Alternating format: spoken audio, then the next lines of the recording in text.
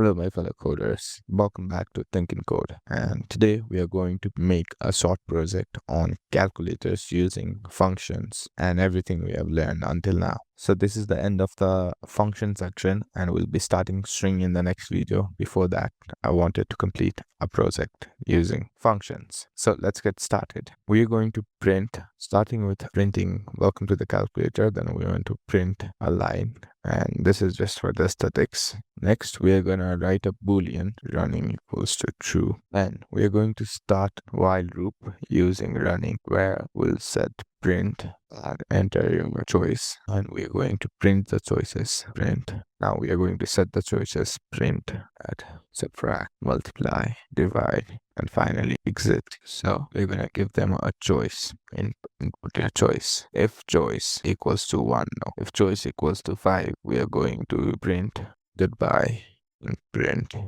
It's change running into false. If else, choice equals to 1 or choice equals to, or this. In this case, we are going to a equals to float int and b equals to, so this is where we take the number we are going to multiply with. So inside this, we are going to create a nested conditional statement. If choice equals to 1, we are going to result equals to a, add a comma b. Now we have an error because we don't have the function this function add function. So we are going to make a add function. For making a function, we use define add a comma b, and we're going to return a plus b. And same way, we are going to do def subtract, def multiply, def divide, and this is all going to be the different, these are all going to be the different functions we are going to use down here. And if choice to result subtract, and oh, I forgot this,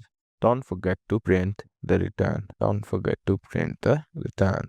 So this is the answer. And now for divide, we need to do one more thing before we print the answer. We're gonna do if result does not equals to none, then we are going to print this. If it is equals to none, we are not going to print, we're going to print nothing. So, and here what we're going to do is create a else for this conditional statement. If, elif, and else, we are going to print invalid choice. Please enter 1, 2, 3, 4, and 5. So this is fairly simple, as you can see. I don't think I need to explain much of the code. Always remember that you need to consider the indentation to know which is a nested loop and which is not a nested loop, or conditional nested conditions or not.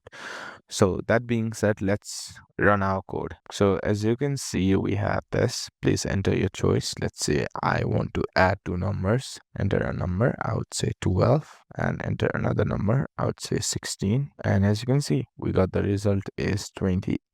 Now again, we are going to do subtract. So 2, we're going to do 12, 16, and we got minus 4.0. Now we're going to do multiplication. So we're going to do 3, number 12, and then we're going to divide it by 2, and then multiply it by 2, and we got 24. Now moving on to divide, we're going to do the same. 12, invalid choice, please enter. So we know the invalid choice works as well. 4, 12, 2, and we got 6. We got 6 right here. So that the division did work as well. Now 5, we exited the code.